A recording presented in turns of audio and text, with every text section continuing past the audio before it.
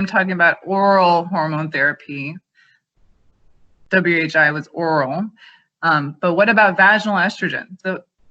The patients and providers alike hear the word estrogen, and they often lump vaginal estrogen into the same category of all hormonal therapy, but that is just incorrect.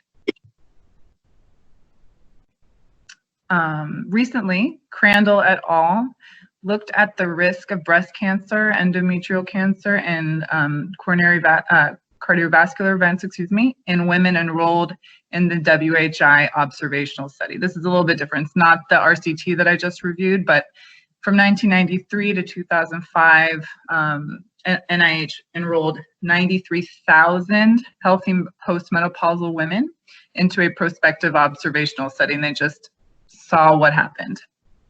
Essentially, this study focused on women who were not on any kind of oral or systemic hormone therapy and did not have a history of breast cancer, endometrial cancer. And they found that the women who used vaginal estrogen compared to women who did not use any kind of vaginal estrogen were not at increased risk for breast cancer or stroke or endometrial cancer or even VTE. There was no evidence of increased death or coronary heart disease. And so this study, this particular study by Crandall, helped address one of the gaps in the literature regarding the safety of vaginal estrogen use.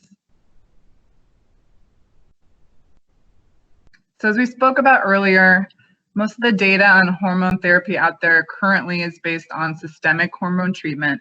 And as I had mentioned earlier, ACOG has recognized systemic hormone therapy as the most effective therapy for vasomotor symptoms related to menopause. But topical hormone treatment, such as vaginal estrogen, has primarily local effects. Still, the contraindications associated with systemic hormones are often linked with these local estrogen therapies. And even the packaging on these vaginal estrogen creams and whatnot causes a lot of confusion. So this is what is on the packaging of vaginal estrogen. Maybe it doesn't have the bright yellow background, but I just wanted to highlight that. But no wonder patients and even providers get scared and confused and call in with questions or hesitant to start therapy if they see this kind of warning on the packaging. There's actually an editorial in 2014 in the journal Menopause that recommended changing the labeling for low-dose vaginal estrogen, just because that labeling is so misleading. So essentially, they recommended that the phrasing be changed and say instead to report any vaginal bleeding or spotting right away while using blank, meaning insert the type of vaginal estrogen in that blank. And they also recommended adding in bold that women with a history of cancer of the breast or uterus or other hormone-sensitive cancers are encouraged to consult their oncologist before using this product. So, which is very different from the current packaging and encourages patients to have the appropriate conversations with their medical providers rather than just being overwhelmed by that very bold statement. All right. So to switch gears a little, let's focus on what we do use vaginal estrogen to treat. So in the same year, in 2014, NAMS, which is the North American Menopause Society and the International Society for the Study of Women's Sexual Health, introduced the term genitourinary syndrome of menopause. So to be honest, I don't love the phrase, and I'm not sure that all practitioners have adopted this phrase with open arms. I'd be interested to see what other people think, but it is a phrase that captures all the GU symptoms that women experience in perimenopause and menopause. So vulvovaginal atrophy is a primary symptom, and it's caused by a decrease in circulating estrogen, as we had chatted at the very beginning. And this can lead to a myriad of symptoms, including dryness, burning, and dyspareunia. Other GU symptoms, such as urinary frequency and recurrent UTIs, can also become an issue for women with atrophy. So how do we evaluate these women? In the office, we should make sure to ask our patients about any kind of bothersome symptoms they may have. And I apologize for this weird image. I just thought it was funny and I just wanted to include it. But anyway, also recommend doing a thorough physical exam.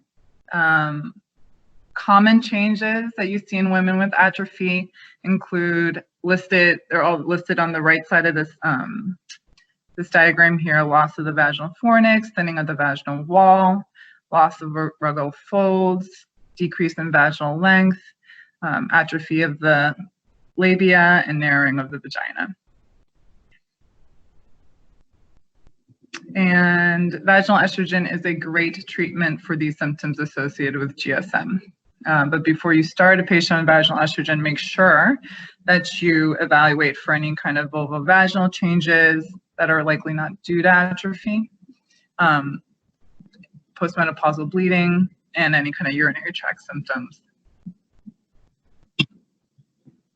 So just to emphasize, low-dose vaginal estrogen is the most effective treatment for moderate to severe symptoms of vaginal atrophy that are not responsive to non-hormonal intervention. And we can chat about some of those non-hormonal interventions later on if we have time.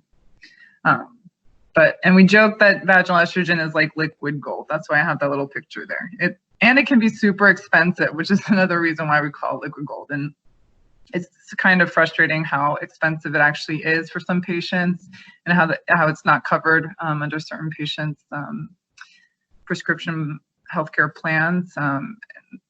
It's a different conversation for another day, but it's just something to be aware of when you do prescribe this to your patients.